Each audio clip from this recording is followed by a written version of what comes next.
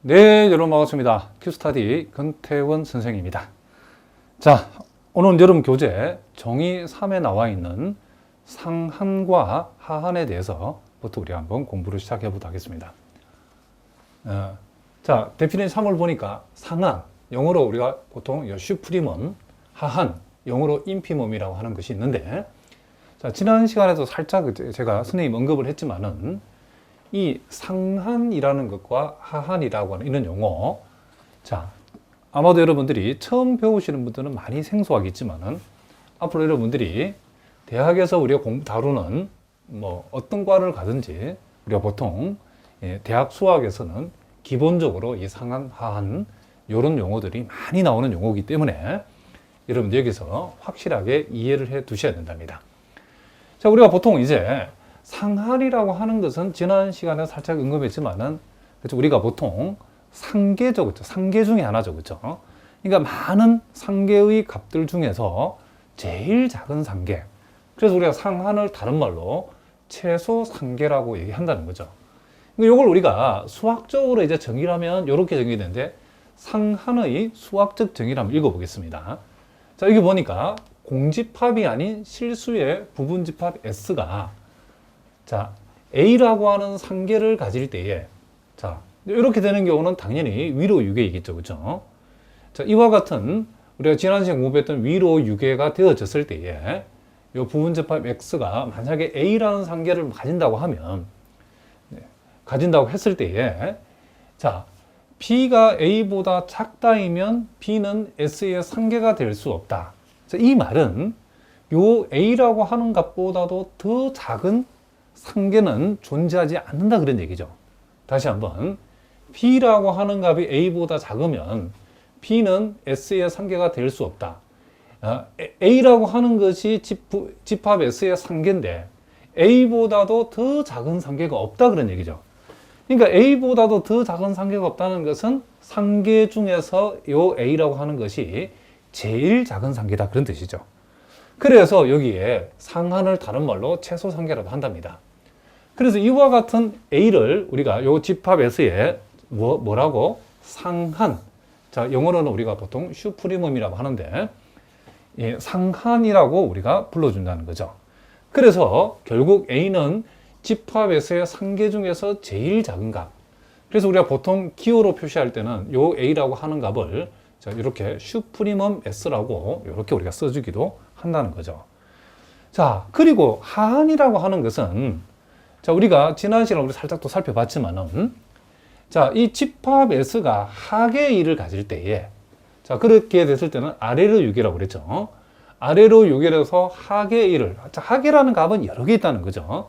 그런데 A보다도 더 큰 B 값이 집합 S의 하계가 될 수 없다는 말은 A가 집합 S의 하계인데 A보다 더 큰 하계는 없다. 그 말은 A라고 하는 것이 바로 이 집합 S에 여기 나와 있는 것처럼 하계 중에서 제일 큰 값이죠. 자, 그래서 우리가 그것을 우리가 하한을 다른 말로 최대 하계라고 한다는 거죠. 하계 중에서 제일 큰 값. 자, 그래서 우리가 요 A가 하한이었을 때는 보통 우리가 기호로 표시할 때는 이렇게, 자, 인피멈 S라고 하고 그것을 A라고 한다.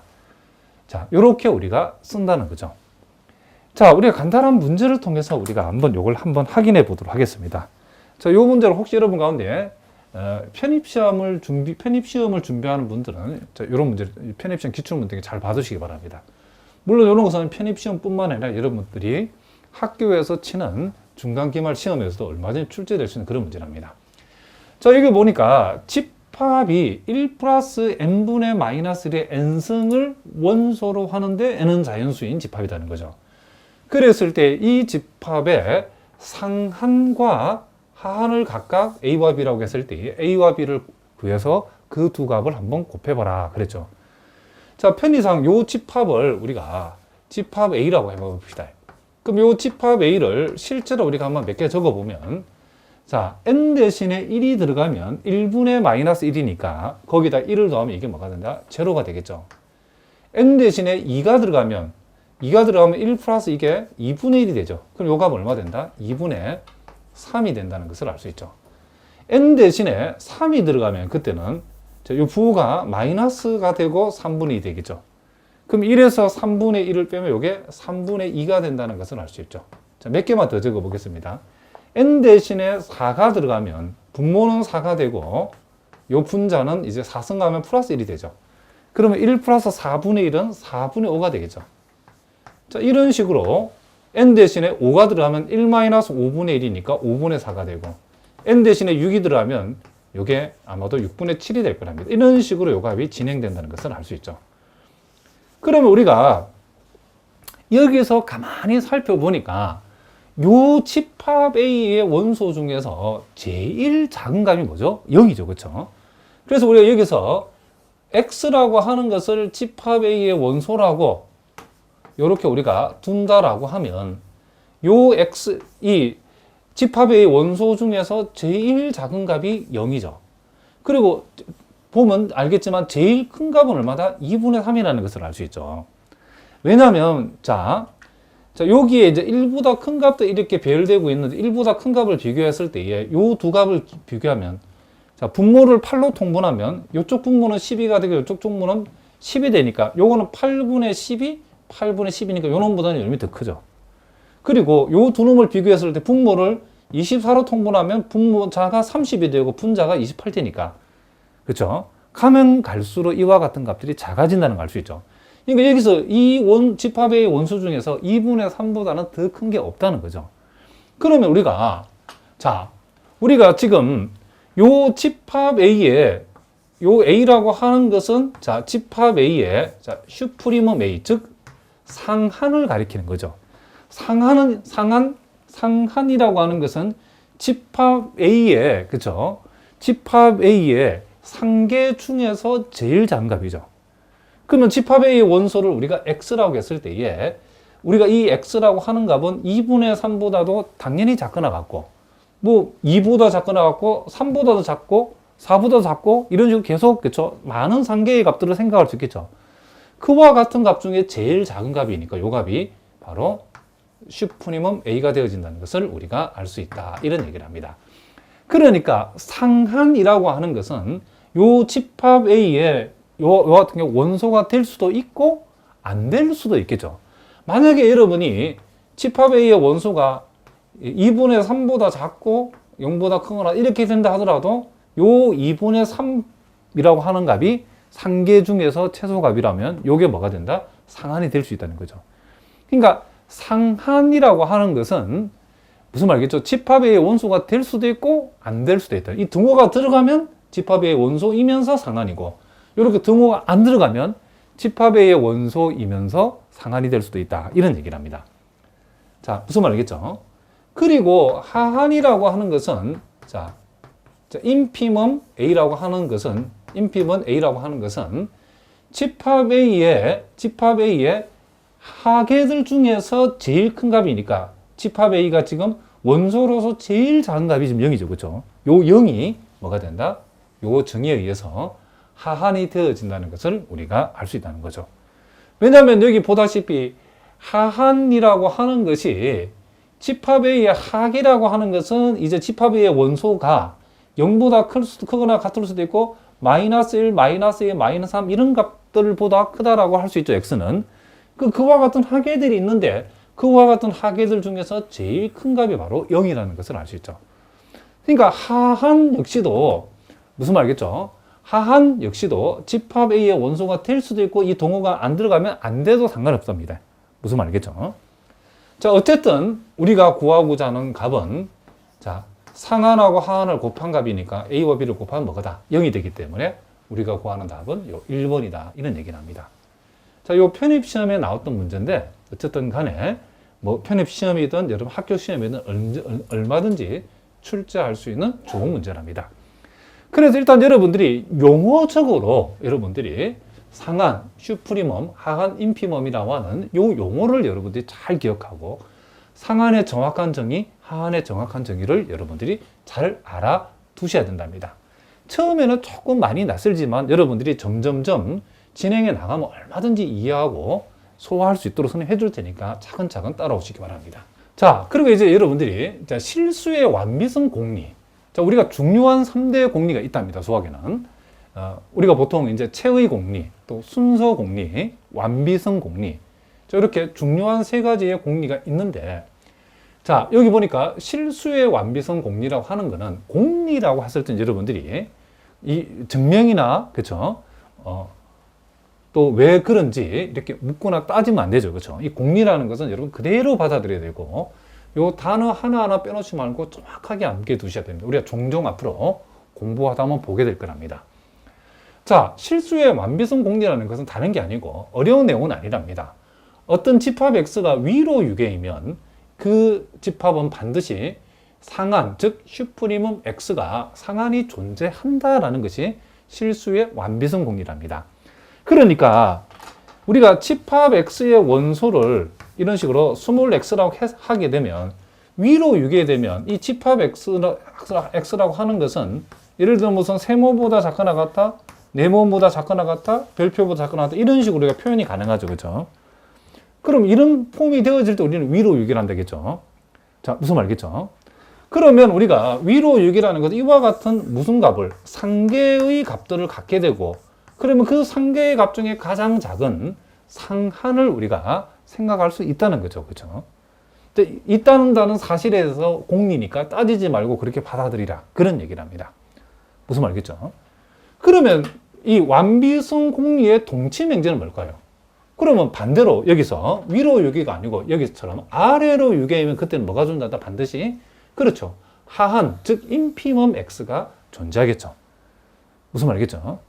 그러니까 아래로 유기가 되게 되면 우리가 만약에 집합 x가 아래로 유기라고 하면 요 x라고 하는 값들이 요 x라고 하는 이 원소들이 세모보다 크다, 네모보다 크다, 내는 별표보다 이런 식으로 해가지고 이와 같은 뭐가 존재한다?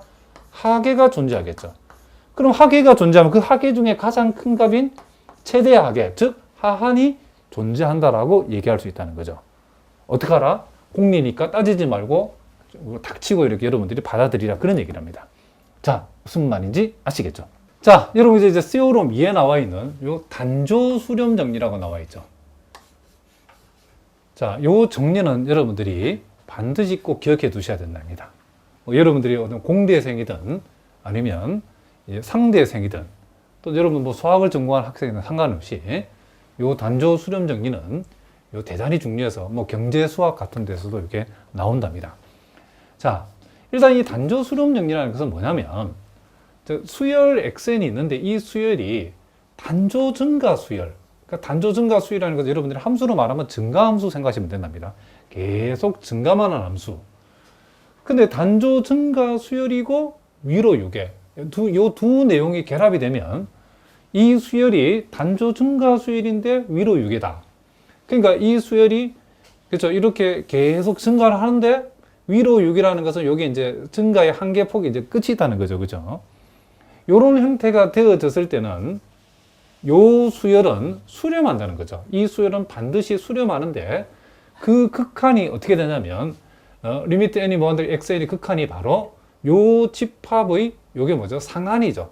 극한값이 상한이 되어진다. 이런 내용이랍니다. 무슨 말이겠죠? 다시 한번 어떤 수열이 있는데 그 수열이 단조 증가 수열이고 위로 유계가 되어지면 그 수열의 극한값은 요 수열을 원소로 하는 집합의 뭐다? 상한이 극한값이 되어진다는 거죠. 그리고 반대로 어떤 수열이 xn이 단조 감소 수열이고 여기 나와 있는 것처럼 아래로 유계이면, 그러니까 이와 같이 되어졌을 때는 이 수열은 역시 요 위에 게 수렴하는 것 얘도 수렴하는데 이번에는 그 극한값이 인피멈이죠. 그러니까 요 수열의 항들을 원소로 하는 이 집합의 하한이죠. 그렇죠? 이 하한이 극한값이 되어진다는 거죠. 자, 무슨 말이겠죠? 그러니까 우리가 어떤 수열의 값이 이렇게 하나 계속 감소하고 있다. 단조 감소죠. 감소하고 있는데, 자, 아래로 유계가 되어지려고 그러면 여기 이제 그 감소하는 끝이 있어야 되겠다. 멈추는 데가. 적당히 좀 이따 치시다. 그렇게 되면 요 하한이 바로 이 수열의 뭐가 된다? 극한값이 되어진다. 그러니까 아래로 유계이면 단조 감소, 감소하는 수열인데 그 수열이 아래로 유계다. 그 말은 그 수열은 반드시 수렴하고 그리고 그와 같은 수열의 극한값은 바로 인피멈, 즉 하한이 되어진다는 거죠. 대충 우리가 직관적으로 봤는데 이제 지금부터는 왜 그런가를 우리가 이 은밀한 증명, 이 증명은 또 대단히 중요한 증명이기 때문에 반드시 알아두셔야 된답니다. 그리고 이제 증명은 이제 좀 이따 하기로 하고, 세 번째, 유계인 단조 수열은 수렴한다. 요거는 자명하죠, 그렇죠? 왜냐하면 유계라고 하는 것은 이제 위로 유계임에서 동시에 아래로 유계라는 것을 담고 있는 말이고, 단조 수열이라고 하면 이제 어떤 수열이 단조 수열이다라는 뜻은 단조 증가 수열 아니면 단조 감소 수열이다, 그런 뜻이죠. 그럼 만약에 여기서 3번에 말하는 단조 수열이 단조 증가 수열이라고 하면 유계니까, 유계는 상한과 하한을 다 가지는 거죠, 그렇죠? 그 상한 하한 중에서 무엇을 1번에 의해서 상한을 극한값으로 취하고 수렴하게 된다는 거죠. 그리고 단조 수열이 만약에 2번의 경우처럼 단조 감소 수열이다라고 하면 유계니까 상한 하한이 존재하고 그 상한 하한 중에서 하한의 값을 취해 가지고 그 수열의 극한값으로 삼고 그런 형태로 수렴이 된다는 거죠. 그래서 우리는 1번, 2번만 증명하면 3번은 1번, 2번에 의해서 저절로 성립한다는 것을 우리가 알 수 있다, 이런 얘기를 합니다. 자, 무슨 말이겠죠? 자, 그러면 이제 우리가 1번을 우리가 한번 증명해 보겠습니다. 어떤 수열이 단조 증가 수열이고 위로 유계이면 그 수열은 수렴을 하고 그 극한값은 상한이 되어진다라고 했는데 과연 그런가를 우리 한번 확인해 보겠습니다. 자, 우리가 S를 집합, 이와 같은 집합, XN을 원소로 하는 이와 같은 집합의 집합을 우리가 S라고 해봅시다. 물론 요 S는 공집합이 아닌 실수의 부분집합이랍니다. 그랬을 때 이게 요 집합에서의 원소인 수열 XN이, 자, 여기서 위로 유계라겠죠. 위로 유계. 그럼 위로 유계라고 하는 것은 우리가 앞에서 살펴봤던 실수의 완비성 공리에 의하면, 그렇죠?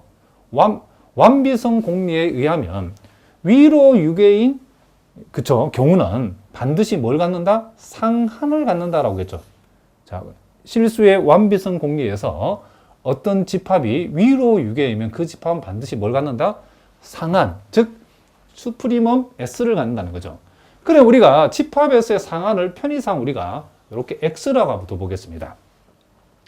그러면 이제 우리는 지금부터는 요 XN의 극한값이 이 상한인 X가 되어진다는 사실만 보이면 우리는 이 1번을 뭐한다? 증명한 셈이 되어지겠죠, 그렇죠? 자, 요 X라는 값이 극한값을 우리가 극한값이 이 상한이 극한값이 되어진다는 것은 극한값을 가졌으니까 수렴하게 된 거고, 그리고 그 극한값이 그 집합의 상한이다라는 것을 우리가 보여주는 셈이 되는 거죠. 그러면 지금부터 자, 요 xn의 극한값이 x가 된다. 즉 x라는 것은 요 집합 s의 상한이죠. 집합 s의 상한이 xn의 극한값이 되어진다는 사실을 지금부터 보이면 된다는 거죠. 그럼 우리가 임의의 양수 엡실론을 우리가 한번 생각해 보죠. 임의의 양수 엡실론을 우리가 생각했는데, 자, x에서 엡실론을 뺐다. 자, x에서 엡실론을 뺐다. 근데 이 x는 상한이죠, 상한. 그렇죠?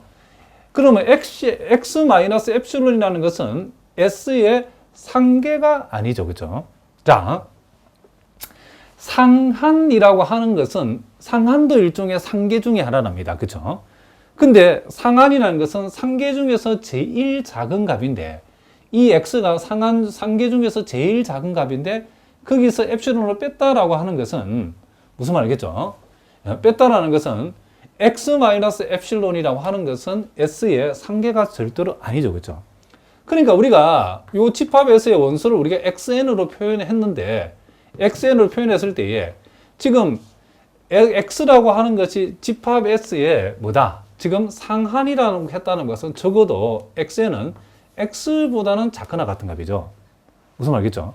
그런데 이 x에서 엡실론을 뺐다고 하는 것은 요 상계 중에 제일 작은 값인 요 상한보다 더 왼쪽에 있다는 얘기죠. 그렇죠?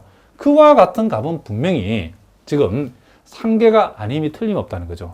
그리고 자, 요 상한이라고 하는 값하고 x-엡실론이라는 값, 상한보다 작은 x-엡실론 이 값을 우리가 요 값 사이에 적당한 그쵸 집합 S의 원소가 분명히 존재할 수 있겠죠, 그쵸? 우리 이것을 우리가 어려운 말로는 x의 엡실론 왼쪽 근방이라는 거죠. 그러니까 우리가 수직선에서 x가 여기 있다라고 했을 때에 요게 x 플러스 엡실론이고, 자, 요 값이 x 마이너스 엡실론이라 했을 때 요 부분을 x의 엡실론 왼쪽 근방이라고, 요걸 오른쪽 근방이라고 우리가 볼 수 있겠죠.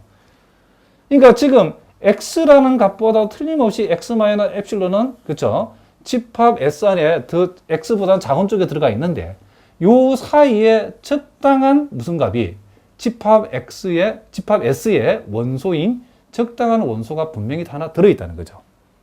이 말은 우리가 x-엡실론보다는 크고 x보다 상한에 해당되는 값보다 작거나 같다가 되는 이것을 만들어간 적당한 자연수 K가 존재한다. 맞는 말이죠, 그렇죠? 자, 그런데 우리가 문제 조건에서 수열 x에는 단조 증가 수열이다. 함수로 말하면 증가함수다 그런 뜻이죠. 그러면 우리가 x라고 하는 것은 s의 지금 상계이므로, 자, 상계이므로, 자, 요 말을 먼저 봅시다. n이 k보다 크거나 같을 때에, 자, n이 k보다 크거나 같게 되면 우리가 xk하고 xn을 비교했을 때 항상 xn이 xk보다 크거나, 그쵸? 큰 쪽에 오게 되는 거죠. 지금 우리가 이 수열에서는 이 항의 넘버가 함수 입장에서 이런 변수라고 생각하면 된답니다. 우리가 증가함수는 x값이 크면 클수록 함수값이 크죠. 그리고 수열도 증가 수열이니까 이 수열의 넘버가 크면 클수록, 그렇죠? n이 k보다 크게 되면 그 대응하는 수열 xn과 xk를 비교했을 때도 xn이 xk보다 당연히 큰 쪽이 있겠죠. 그러면 우리가 지금 xn이라고 하는 것은 요 집합 S의 지금 원소 중에 하나인데 이 집합 S의 모든 원소는 상한보다는 작거나 같다가 되죠, 그렇죠? 무슨 말이겠죠?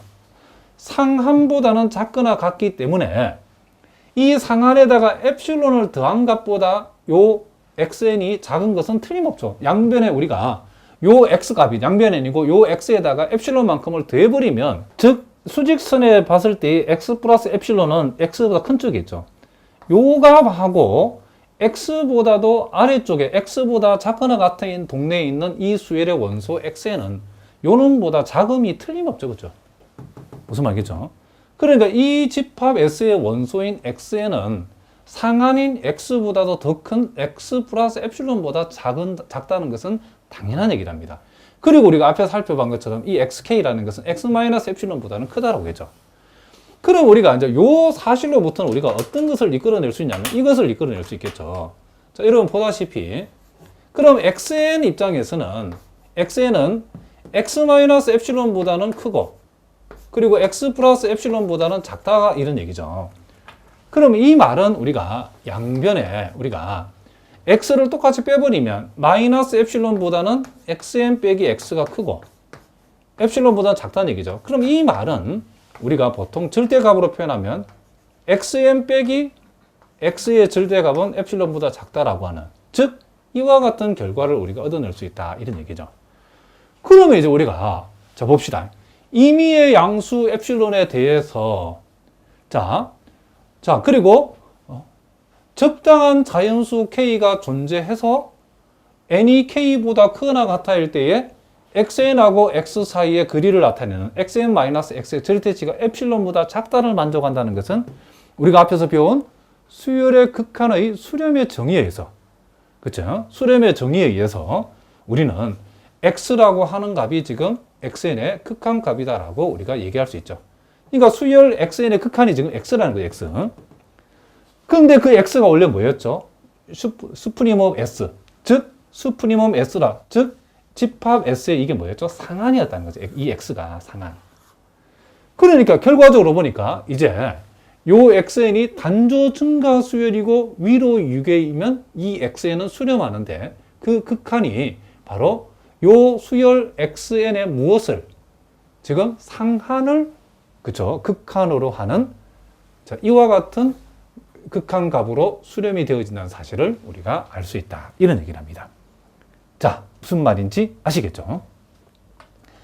자, 그러면 이제 두 번째. 그러면 이제 단조 감소 수열일 때는 아래로 6A, 단조 감소 수열이고 아래로 6A면 이 X에는 수렴하는데 이 수열의 하한 값에 수렴한다라고 했다는 거죠.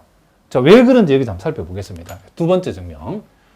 자, 편의상 우리가 이제 마이너스 xn을 우리가 yn이라고 둬보겠습니다. 2번에 나와 있는 x에 마이너스 붙인 마이너스 xn을 yn이라고 붙여보겠습니다. 그러면 우리가 xn이 지금 여기서 xn이라고 하는 요 자체는 아래로 6이죠, 그렇죠? 아래로 6이고 그리고 우리가 단조 감소 수열이라고 했죠. 아래로 6이고 단조 감소 수열. 그런데 그 xn에다가 마이너스를 붙였다는 말은 그쵸?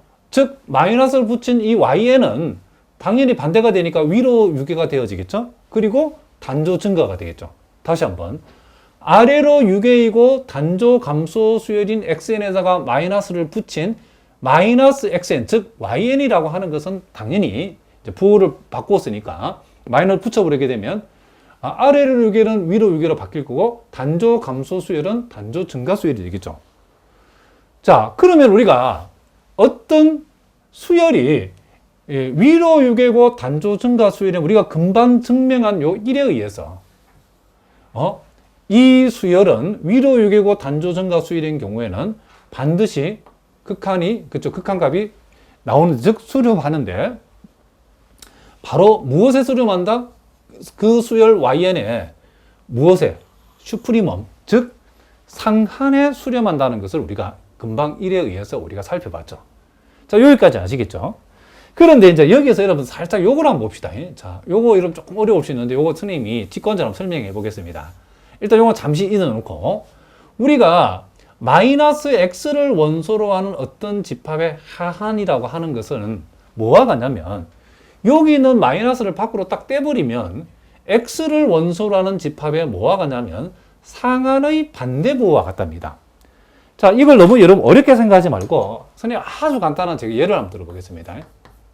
자, 우리가 마이너스 x를 원소로 하는 집합의 하한이라고, 그죠? 하한이라고 하는 것은 이 마이너스 x라고 하는 것이 예를 들면 그 하한이 만약에 이 하한의 값이 세모라고 하면 그렇죠? 세모라고 하면 마이너스 x가 세모보다 크거나 같다 이런 뜻이죠. 그렇죠? 그러면 요 마이너스 x가 자 세모보다 크거나 같다. 요 편의상 요걸 지금 하한으로 잡았습니다. 자, 요 마이너스 x를 원소라는 집합의 하한을 세모라고 하면 마이너스 x는 분명히 하한보다는 크거나 같겠죠. 그렇죠? 그러면 우리가 여기에서 양변역에다가 마이너스를 곱해버리면 플러스 x 마이너스 세모 이렇게 되죠. 그러면 자, 요 x를 원소라는 집합에서 이 마이너스 세모는 뭐가 되죠? 이게 상한이 되어진다는 것을 우리가 알 수 있죠. x의 상한이죠. 그러면 마이너스 x의 하한값하고 x의 상한값을 비교하면 그 부호가 딱 반대죠. 그죠? 무슨 말이겠죠? 그럼 다시 한번 봅시다. 여기서 마이너스 x를 원소로 하는 집합의 하한은 플러스 x를 원소로 하는 집합의 상한의 반대부호가 같죠. 그럼 여기는 보시는 그대로죠. 마이너스 x를 원소로 하는 집합의 하한값하고 x를 그거의 부호가 반대인 x를 원소로 하는 집합의 상한값을 비교했더니 그 부호가 딱 반대라는 거죠. 그러면 이런 요 사실을 이용하면 자 봅시다. 지금 우리가 필요한 것은 2번에서 xn의 극한값이 지금 xn의 하한이다라고 하는 요 사실을 지금 우리가 보이려는 거죠. 지금. 그럼 어떻게 보이느냐면 자 우리가 xn이라는 것이 마이너스 xn이니까 여기다 마이너스 x를 마이너스 yn이니까 요 자리에다가 우리가 마이너스 yn을 집어해버리면 마이너스 리미트 n이 무한대할 때 yn이죠. 그런데 우리가 금방 봤던 것처럼 yn의 극한값은 우리가 위에서 살펴본 것과 같이 바로 지금 뭐죠? 여기에서 여기까지죠. yn을 원수라는 집합의 상한에 해당되죠.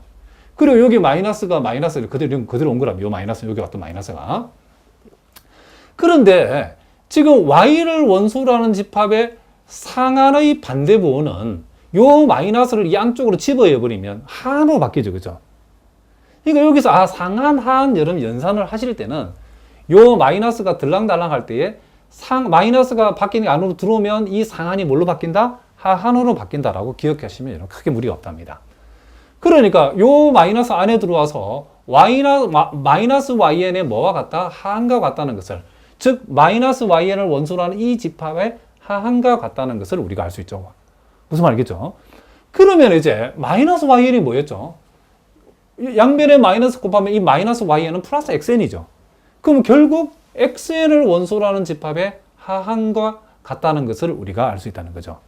그러니까 우리가 2번 증명에서 2번에서는 요 xn 요 자체는 아래로 6이고 단조 감소 수열이 있는데, 아래로 6이고 단조 감소 수열인 경우에 그 극한값은 그 수열의 뭐와 같다? 하한과 같다는 것을, 그렇죠? 인피먼과 같다는 것을 우리가 알 수 있다. 이런 얘기죠. 자, 무슨 말이겠죠? 자, 대단히 중요한 내용이기 때문에 반드시 알아두셔야 된답니다. 자, 그러면 이제 세 번째는 우리 아까 설명했지만, 그러면 이제 유괴인 단조 수열은 수렴한다라는 세 번째 사실은 우리가 1번, 2번에 의해서 자명하다 스님 아까 얘기했죠. 자, 간단한 문제도 한번 살펴보겠습니다. 이 문제도 우리가 편입시험에 나왔던 문제인데, 여러분 학교 시험에서 얼마든지 나올 수 있는 문제이기 때문에 잘 보셔야 된답니다. 자, 다음 수열에 대한 설명 중 틀린 것을 골라봐라 그랬죠. 자, 틀린 것을 골라봐라. 자, 수렴하는 수열의 극한은 유일하다. 당연하죠. 우리가 어떤 수열이 극한이 수렴한다는 것은, 그쵸? 하나의 값으로 정해진다는 거지, 여러 개의 값으로 정해진다는 것은 수렴한다고 얘기하지 않죠. 그러니까 얘는 당연한 말이고. 그리고 두 번째, 수렴하는 수열의 각 항으로 이루어진 집합은 유계이다. 자, 요거 우리가 앞에서 우리가 어디서 봤냐면 이거 시오럼 1에서 봤죠. 이거 시오럼 1에서. 자, 어떤 수열이 수렴한다는 것은 곧 뭐다? 유계가 되어진다 그랬죠. 요게 참이죠. 그럼 요 역은 성립하지 않는다겠죠. 그런데 이 역도 이제 성립하는 경우가 있는데, 우리가 금방 봤던 것처럼 무슨 말겠죠? 이 어떤 수열이 유계라고 해서 다 수렴하는 거 아니지만, 유계이면서 단조 수열일 때는 우리가 금방 이론에서 수렴한다라고 할 수 있다는 거죠. 무슨 말겠죠? 그러니까 이 역이 성립하려면 여기가 뭐가 플러스 돼야 된다고요? 단조 수열이라는 말이 플러스 돼야 돼. 그러면 이게 참이 될 수 있다. 일단은 거짓이라는 거죠. 어쨌든 요 2번에서 얘기하는 것은 수렴하는 수열은 유계다라고 했으니까 요 말도 일단은 맞는 말이라는 거죠. 무슨 말이겠죠? 그리고 세 번째, 위로 유계인 단조 감소 수열은 수렴한다? 요게 틀리죠. 그죠? 요게 틀리다는 것을 알 수 있죠. 단조 감소가 아니고 뭐가 돼야 된다? 단조 증가 수열일 때 우리가 수렴한다라고 얘기할 수 있다는 거죠. 그리고 AN이 1 플러스 n분의 1의 n승이면 수열 AN은 수렴한다라고 했는데, 자, 요거는 우리가 지금 곧 이어서 선생님이 그 다음 문제 증명할 거랍니다. 일단 요것도 일단은 참이랍니다. 자, 무슨 말인지 아시겠죠? 자, 우리가 예제 6번도 한번 보겠습니다. 자, n이 자연수일 때에 AN이 1 플러스 n분의 1의 n승일, 이 수열 AN이 수렴하고 요 극한값이 존재한다는 사실을 한번 증명해보라. 우리가 보통, 그쵸? 요걸 여러분들이 고등학교 우리가 이과 과정에서 공부하신 분들은 리미트 n이 무한대로 갈 적에 1 플러스 n분의 1의 n승의 극한값은 이 자연노고에 미친 2로 우리가 한다라고 이렇게 우리가 본 적이 있죠. 근데 왜 요것이 우리가 요놈의 극한값이 이와 같은 값에 우리가 수렴한다라고 했을 때에 요 2라고 하는 것은 이제 약 2.7 정도 되는 값인데, 자, 요 2.7로 시작하는 요 소수값을 2라고 하자고 수학자들이 약속했다는 거죠.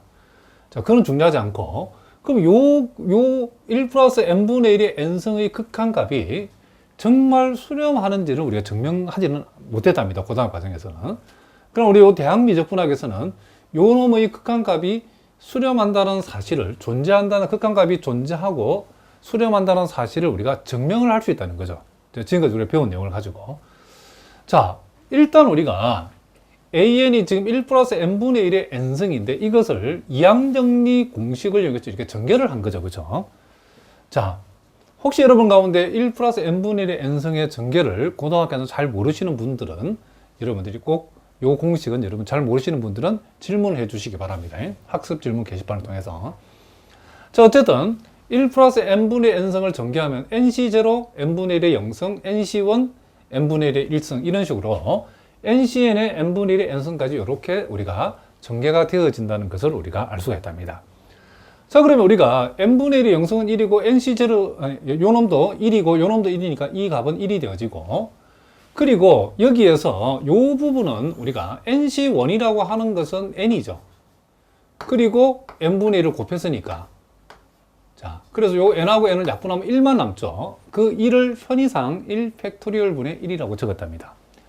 그리고 그 다음 이제 요 부분은 뭐냐면, 자, 요게 n분의 1의 전체 제곱이죠. 그렇죠? n분의 1의 전체 제곱인데, 자, 여러분 보다시피 nc2라고 하는 것은 우리가 여러분 요 부분이 어떻게 되는 거 알고 있죠? 2 팩토리얼 분의, 요 부분만 보면 요게 2 팩토리얼 분의 n 곱하기 n-1 이렇게 되어지는 거죠.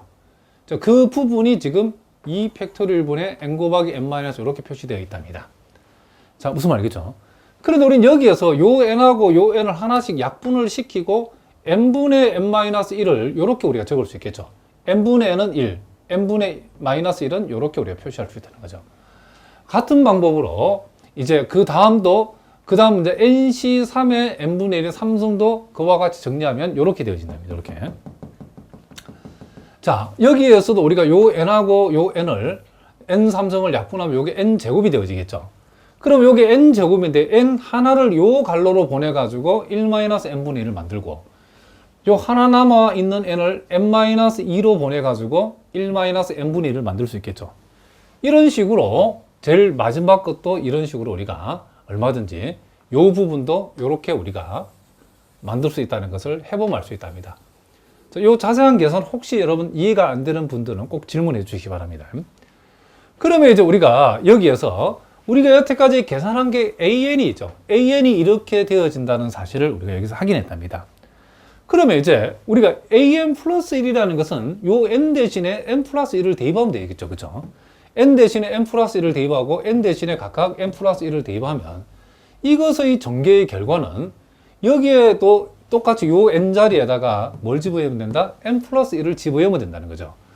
자, 그러면 요 1하고 1 팩토리얼 분의 1은 그대로 오고 2 팩토리얼 분의 1 나오고 요 n 대신에 n 플러스 1, 요 n 대신에 각각 n 플러스 1, n 플러스 1을 집어넣었답니다. 그리고 요 n 대신에 각각 지금 n 플러스 1을 집어넣으면 이렇게 되어진다는 것을 우리가 알 수 있다. 이런 얘기죠. 그럼 우리가 n하고 n 플러스 1을 비교해 봤더니, 자, 비교해 봤더니 보다시피, 자, 여기에서 요 1하고 1 팩분의 1, 자, 1하고 1 팩분의 1은 요놈은 같답니다. 그렇죠? 그 다음은 보니까 똑같이 2 팩분의 1, 2 팩분의 1, 1, 1 똑같은데 n분의 1만큼 뺐고 여기에서는 n 플러스 1분의 1만큼 뺐죠. 우리가 n분의 1하고 n 플러스 1을 n분의 1하고 n 플러스 1분의 1 비교했을 때 요 값이 더 작은 값이죠. 분수는 분모가 크면 더 작아지는 거니까. 그러니까 똑같은 1에서 뺐는데 요놈보다는 요놈이 더 작은 값이니까 1에서 더 작은 값을 뺐으니까 분명히 요 값은 요 값보다는 크다는 것을 알 수 있죠. 또 요 두 개 비교도 마찬가지랍니다. 똑같이 3팩분의 1, 3팩분의 1이 있는데 1에서 n분의 1 뺀 것보다도 1에서 n 플러스 1분의 1 뺀 요 값이 요 값보다는 더 큰 값이죠. 같은 방법으로 요 값보다는 요 값이 더 큰 값이죠. 그러면 이 전체, 요 항도, 요 부분도 요 부분하고 비교했을 때에 이 전체보다도 이 전체가 더 크다는 걸 알 수 있죠. 이런 식으로 쭉 비교하면 결국 AN보다는 AN 플러스 1이 항상 크다는 것을 우리가 알 수 있다는 거죠. 그러면 우리가 요 항의 넘버가 커지면 커질수록 이 수열이 커진다라고 하는 것은 우리가 이와 같은 수열은 뭐다? 단조 증가 수열이다라고 얘기할 수 있죠. 그러니까 A1보다는 이제 N-1 들어가면 첫 번째 항보다는 두 번째 항이 크고, N-2 들어가면 두 번째 항보다는 세 번째 항이 크고, N-3 들어가면 세 번째 항보다 네 번째 항이 크다. 그런 뜻이지, 이 뜻이. 그럼 이와 같이 항이 진행될수록 점점점 커진다. 그러니까 무슨 수열이다? 증가 수열이죠. 그래서 우리는 수열 A는 일단 단조 증가 수열이라는 사실을 우리가 알아냈답니다. 자, 그리고 또 하나 사실이 이제 우리가, 자, AN이라고 하는 것은, 자, 여러분 보다시피 AN이라 하는 것은, 자, 1하고 1을 비교했을 때 이렇게 되고, 1 팩토리얼 1 팩토리얼 비교하고, 자, 2 팩토리얼 분의 1에서 2 팩토리얼 비교했을 때에 2 팩토리얼 분의 1에다가 지금 요런 봅시다. 자, 요 값은 분명히 1에서 n분의 1을 뺐다는 것은 분명히 요거는 1보다 작은 값이죠. 1보다 작은 값을 2팩토리얼 분의 1에 곱한 값하고 그냥 2팩토리얼 비교하면 요 놈보다는 요 놈이 크죠. 그죠? 자, 무슨 말이겠죠? 그 다음 이제 그 다음 나오는 것도 마찬가지고 그 다음이 3팩토리얼 분인데 3팩토리얼 분의 1은 1보다 작은 값, 1보다 작은 값을 3팩토리얼 분의 1에다 곱한 값하고 그냥 여기 나오는 3팩토리얼 분의 1을 비교하면 당연히 3팩토리얼 1보다 크죠. 그러니까 an이 지금 이렇게 표시된다고 했을 때 분명히 a는 1 플러스 1팩분의 1, 2팩토리얼 분의 에서 n팩토리얼 분의 1하고 비교했을 때는 요 값이 요 값보다 작음이 틀림이 없죠. 그죠? 자, 무슨 말이겠죠? 지금 우리가 an이라고 주어지는 이와 같은 값들하고 요 값을 비교했을 때에 분명히 이 값은 an보다 크다는 거죠. 왜냐? 다시 한번 설명하면 요 값하고 요 두 개는 같지만은 그 다음부터는 이 값보다는 이 값이 크다는 거죠. 무슨 말이 쭉 커진다는 거죠. 그리고 이제 다시 이제 또 비교하면 요 값하고 또 요걸 우리가 또 비교를 해봤는데 자, 1하고 1은 같고 자, 1팩토리얼 분의하고 1분의는 같은 말이죠. 2팩분의 1하고 2분의 1도 같죠. 근데 그 다음 나오는 게 뭐죠? 3팩토리얼 분의 1. 3팩토리얼 분의 1은 우리가 6분의 1을 얘기하는 거죠. 6분의 1하고 2의 제곱분의 1. 4분의 1을 비교하면 얘가 크죠. 그죠? 그러니까 요 다음 항부터는 이제 2의 제곱분의 1, 2의 3승분의 1, 2의 4승분의 1 나오는 것들이 요 다음 항부터는 이쪽 항과 이쪽 항을 비교해서 이쪽이 더 크다는 거죠. 그러면 이제 여기에서 우리가 이제 여기에서 지금 여기까지는 우리가 소위 등비수열의 합이라는 게 있다는 거죠. 우리가 지금 자, 공비가 2분의 1이고 첫 번째 항이 1이고 항수가 n개인 등비수의 n번째까지 합을 나타낸다는 거죠. 무엇이? 여기에서 여기까지가. 자, 혹시 여러분 가운데 등비수열 합구하는 공식을 모르는 분들은 여러분들 꼭 질문해 주시기 바랍니다.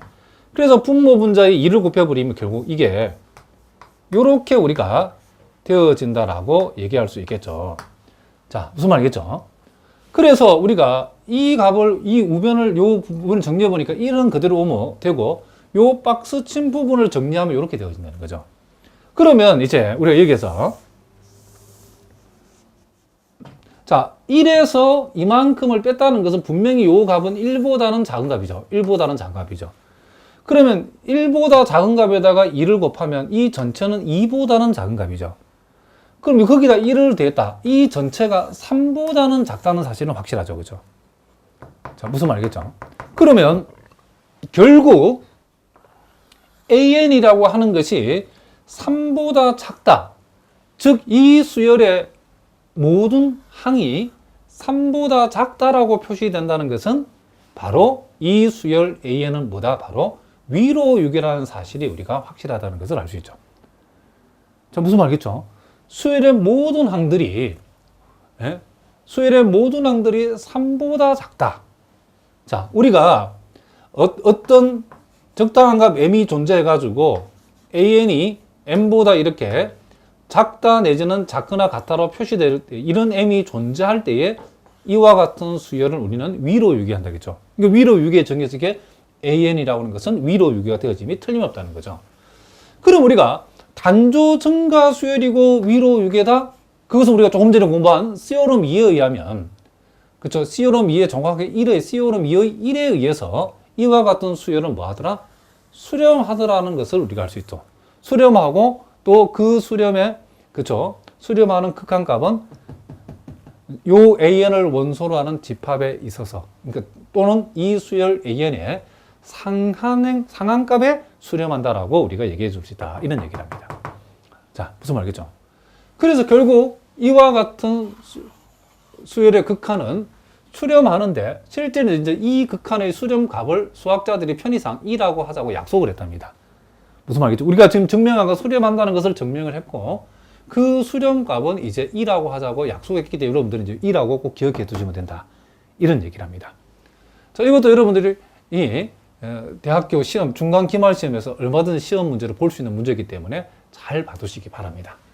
자, 그러면 이와 관련된 우리가, 자, 이 문제도 우리가 편입 시험에 나왔던 문제인데, 뭐 중간 기말 시험을 여러분들 객관식으로 쉽게 내면 이게 또 시험에 나올 수 있는 문제이기 때문에 잘 보시기 바랍니다. 자, 우리가 조금 전에 봤던 거죠. AN이 1 플러스 n분의 1의 n승으로 정의된 수열 AN에 대해서 다음 설명 중 옳은 것을 골라봐라. 단조 감소함으로, 당장 이거 틀렸죠, 그죠? 단조 증가라겠죠. 단조 감소, 이것도 틀렸죠. 2번도 틀렸죠.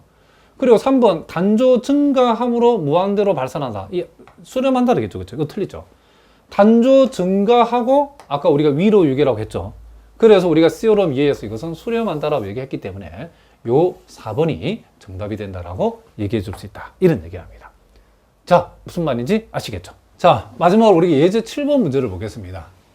자, A1이 2고 AN 플러스 1이 2분의 1 AN 플러스 6. 자, 이런 것을 우리가 수열의 점화식이라고 하죠.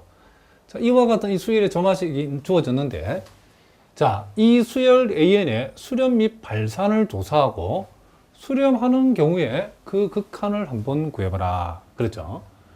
이게 이제 여러분들이 이와 같은 점화식이 주어졌을 때에, 자, 먼저 우리가 요걸 먼저 기억해 두십니다. 만약에 현재까지는 우리가 수렴한지 안 하는지 모르지만은 이 수열, 요 AN이 수렴하게 되는 경우에, 수렴하면 뭐가 성립하냐면, 자, n이 무한대로 갔을 때에 요 AN의 극한값이나 n이 무한대로 갔을 때에 AN 플러스 1의 극한값이나 뭐 동일하게 뭐 L이라는 일정한 값을 우리가 갖는다라고 얘기할 수 있다는 거죠. 자, 무슨 말이겠죠? 그래서 실제로 이와 같은 극한 문제를 우리가 시험에 극한값을 한번 구해보라고 나왔을 때는 n이 무한대로 갈 때에 an의 극한이나 an 플러스 1의 극한값이 몽땅 다 l이기 때문에 우리가 요거의 극한값을 만약에 l이라고 둔다 그러면 요거의 극한값도 l이라고 둘 수 있기 때문에 만약에 현재로서는 우리가 수렴한지 안 하는지 모르지만은 수렴한다라고 하면 양변에 우리가 리미트라고 하는, 자, 이 리미트라고 하는 극한을 취해버리면, 자, 이거 선생님 한번 적어 보겠습니다. n이 무한대로 갈 적에 좌변에도 극한을 취해버리고, 자, 리미트 n이 무한대로 갈 적에, 자, 이렇게, 자, 이 우변에도 극한을 이렇게 취해버리면 어떤 일이 벌어지냐면, 요 놈의 극한을 L이라 한다겠죠. 요 놈의 극한도 L이니까 식이 이런 식으로 되어진다는 거죠. 그래서 이걸 만족한 L을 구해보면 실제 이게 6이 나온다는 거죠. 물론 여러분 여기에서 요 6이 이 수열의 극한값이라고 장담해서는 안 되겠죠. 현재는 수렴하는지 안 하는지 모르기 때문에 만약에 수렴한다라고 하면 극한값은 6이라는 거죠. 자, 일단 우리가 이제 이 수열이 이제 수렴하는지 여부를 이제 우리가 한번 살펴보는데, 우리가 어떻게 작전을 세우냐면 먼저 이 수열이 단조 증가 수열이라는 사실을 우리가 한번 보여보려고 한답니다. 그리고 두 번째는 이 수열이 위로 6이라는 사실을 우리가 한번 보여보려고 합니다. 그럼 우리가 앞에 배운 시어럼에 의해서 단조 증가 수열이고 위로 6이면 이와 같은 수열은 분명히 뭐다? 지금 수렴하는 수열이라고 얘기할 수 있다는 거죠.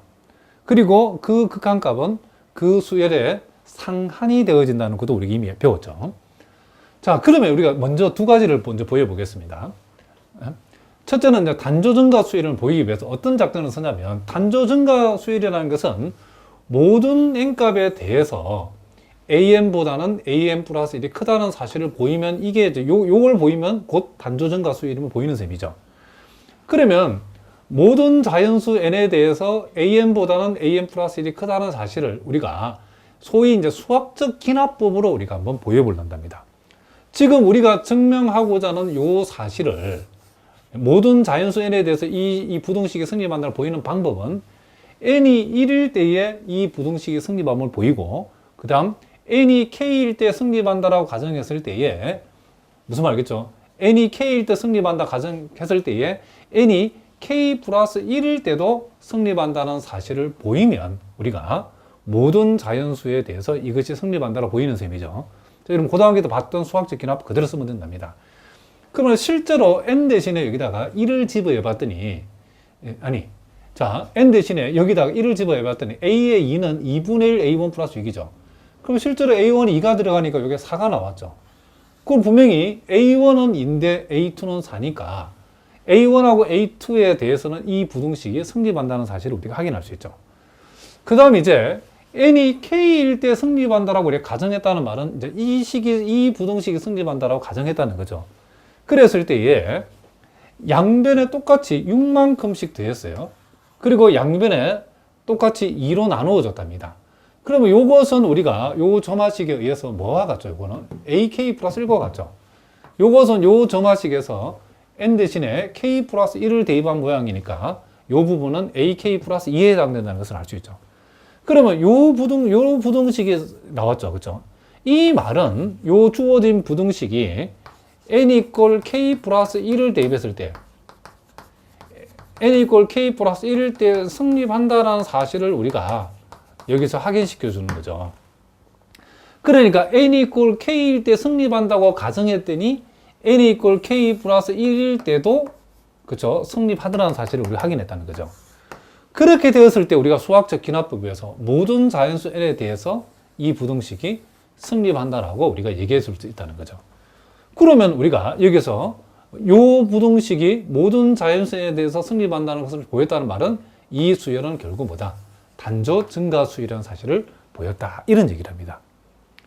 자, 그 다음 두 번째 이제 요 수열이 위로 6이라는 사실을 이제 보여야 되는데 자, 요거는 여러분이 조금 요령이 필요하답니다. 처음 보시는 분들은 조금 어려운데 자, 요거는 요 부분을 보고 선생님 설명 보고 이해하는 정도면 여러분 되겠습니다.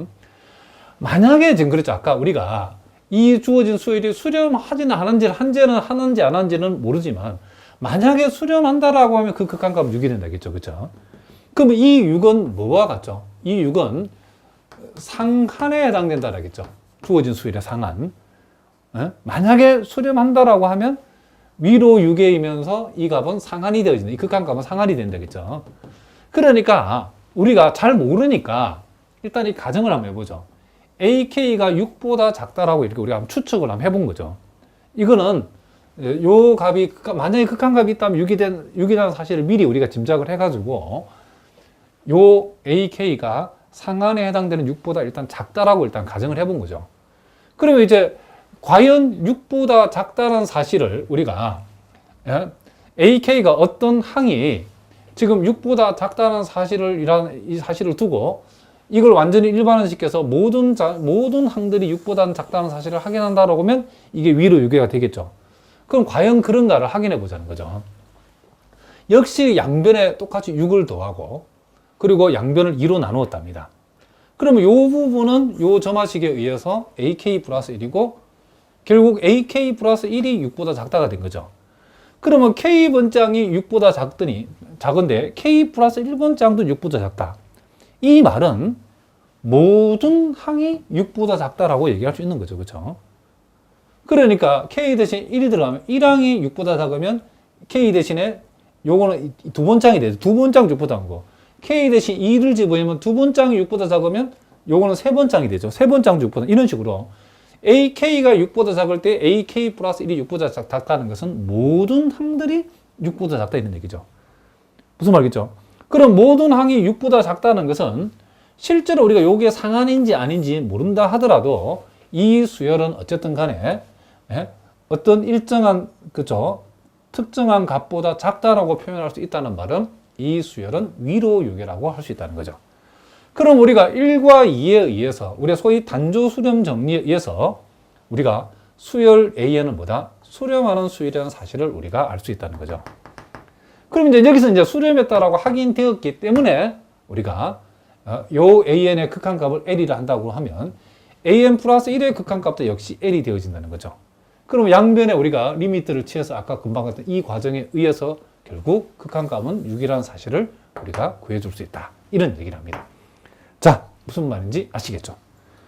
자, 이렇게 해서 우리가 상한, 하한, 그 슈프림엄, 인피멈에 대해서 우리가 살펴봤는데 이과 관련해서 우리가 실수의 완비성 공리에 대해서 또 가장 중요한 단조 수렴 정리, 매우 중요한 정리랍니다. 요거에 대해서 우리가 살펴봤는데 여러분 실제로 어떤 편입 시험이나 또는 여러분 학교 중간 기말 시험에 잘 나오는 내용이기 때문에 여러분들이 철저하게 공부를 해 두셔야 된답니다. 자, 오늘은 여기까지 하겠습니다. 여러분 오늘도 수고하셨습니다.